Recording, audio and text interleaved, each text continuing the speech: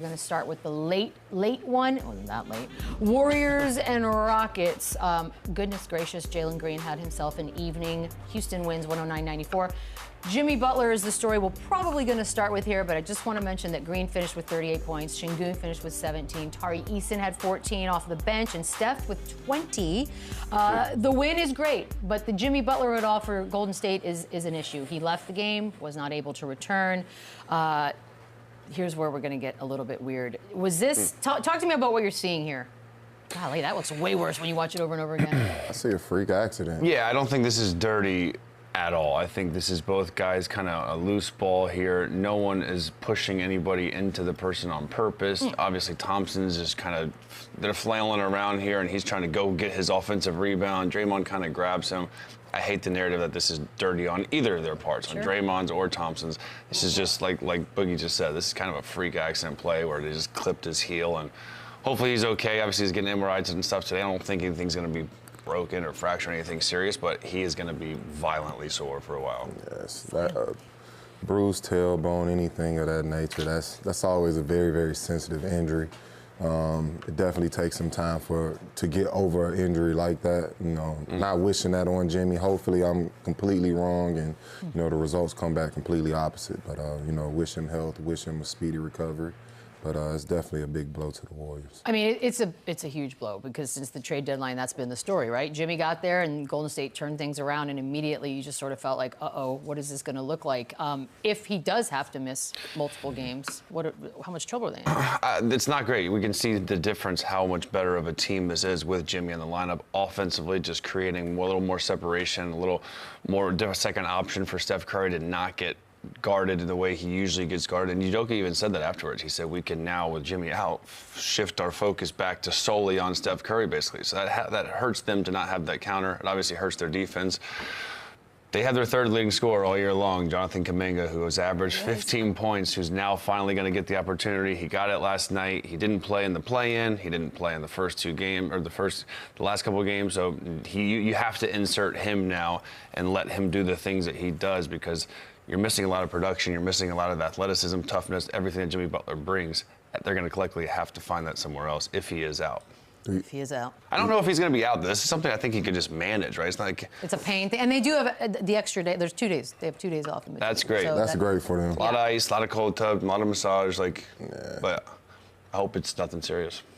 Yeah, that was a scary fall, and you know, obviously they're going to depend on their guys coming off the bench, guys like Kuminga of that sort. But my fear is, at this point in the season, do we feel like the Warriors have lost Kuminga because possibly confidence issues? I watched him play last night, and he didn't seem too confident. He kind of seemed like he was a deer in the headlights.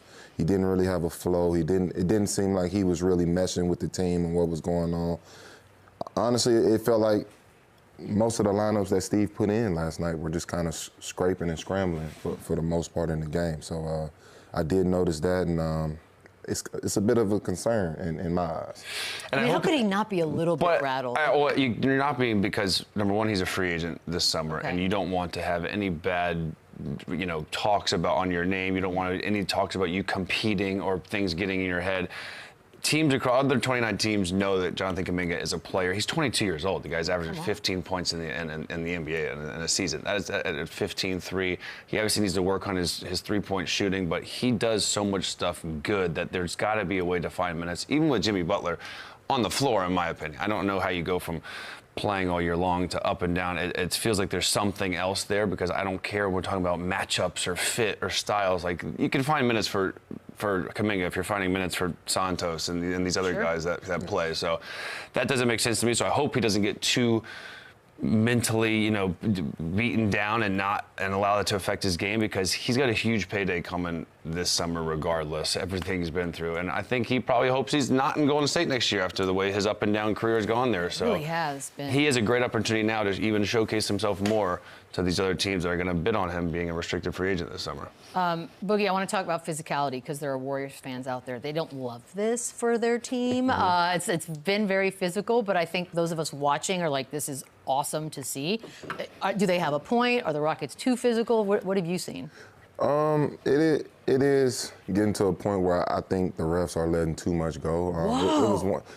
And obviously, as a fan, as a physical player myself, I enjoy this type of basketball. I think this is, you know, the foundation of basketball. I think this has always been a part of it. I think in the past, you know, 10, 15, possibly 20 years, we've kind of shied away from the physicality of basketball.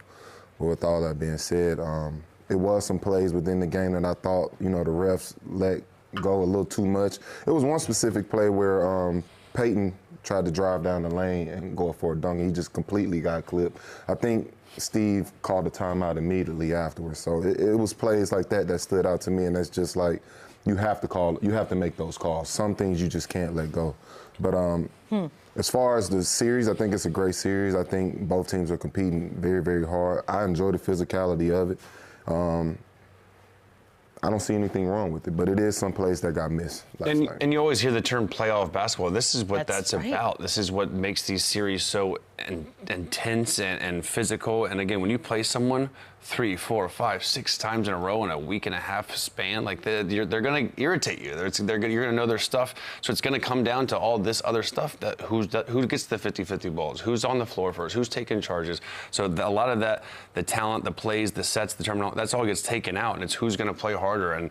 And the Rockets showed last night they bounced back. They had jitters the first game. They didn't look good. Jalen Green was unbelievable last night. He's got to find a way to be more consistent like this. But as far as the Warriors fans being unhappy, you got one of the more physical, you know, players on your team, Draymond Green, that loves this environment. And as a referee, you almost have to officiate a game differently with Draymond in it. If Draymond Green does certain things, he's got priors. He's going to get teed up.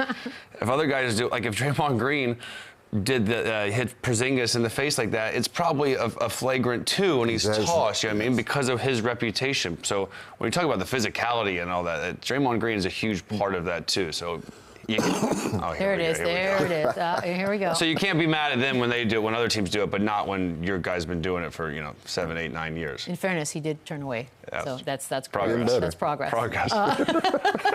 Wait. Can we talk Jalen Green for a second? By the way, there were so many Jalen Green, Steph Curry. Like it was fun to watch. All of it was fun to watch. It was great to watch. But the 38 points was amazing, and I know that the Warriors have been favored to come out of this series. But I got to ask you, Chandler, if we get that Jalen Green, this version, does it change your mind on who's winning?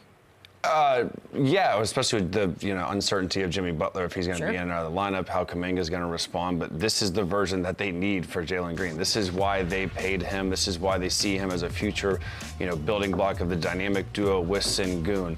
He still is a little inconsistent. He still gets a little erratic and takes some bad shots. But look at those numbers from game 1 he was 3 for 15 game 1, 13 of 25 from game 2. He was -5 on the plus minus. He was plus 19. So it shows me I'm not a big plus minus guy, but that just shows you he's impacting winning. The team is winning when he's on the floor drastically more in game 2 than game 1. And again, he's going to take some shots. He's going to get hot. You got to live with a guy like this taking some bad ones, but he's just got to find a way to be a balance of somewhat aggressive, somewhat consistent, good shots here, quick shots here, because I think that's where he gets a little lost, where he takes some early bad long step backs, and that's where it kind of just bogs down the offense. Is that youth? Is that a youth thing? It's definitely a youth thing, and the scary part about it, with everything he's displaying, with the talent, the offensive games that he's having, just everything he's showing, he's still learning how to play this game. He's still not a finished product. He's not even close. This is still a very young kid.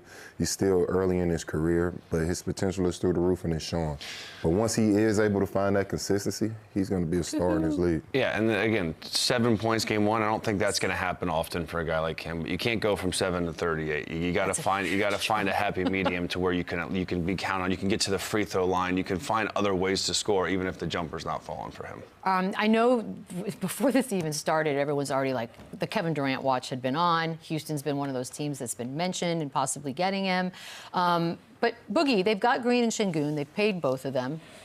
Are they enough? Is this duo that they've put together and grown, is that enough to be contending? As of right now, I don't think so. But these kids aren't finished products. They're not even close. They're barely scratching the surface of how good they can become. Sengun, one of my favorite up-and-coming bigs in this league. He's full of potential. I hate hearing, the Jokic comparisons when it comes to him. And Why? the reason being is I think he's his own special talent. I don't think you have to compliment him by comparing him to Jokic. Obviously, they have some similarities, but I think he has his own game, his own his own art to the game, and I think Jokic has his. So I do see a lot of potential in this kid. I think he will be a star eventually in this league as well. But as of right now, I don't think it's enough to compete. But down the line, absolutely. Yeah, I don't think they're going to win a title this year. I think there's growth. I think they're on the right path. I think Udoka's created something special here where at least it's a destination now to play with these two guys. And again, even if it's, I think they're set in stone on Sengun. That's their guy going forward. And who knows what if Jalen Green, if he can develop this consistency we're talking about. If not, there's a lot of other teams that will want him in the deal to bring on someone like a Kevin Durant or someone we talked to. So they're in great shape. I'm excited to see if they do it on the road. Like, how do they respond on the road? Such a young team going to that environment. Can Jalen Green find a way to be efficient, get to his spots? Can Fred VanVleet's got to be better too. Everyone's got to collectively be better, and it's going to be fun to see how they respond in that building. It's going to be very, very loud in there. Very loud. They're going to be very amped. Magic, Celtics. Look, we knew Magic, they weren't going to just lay down.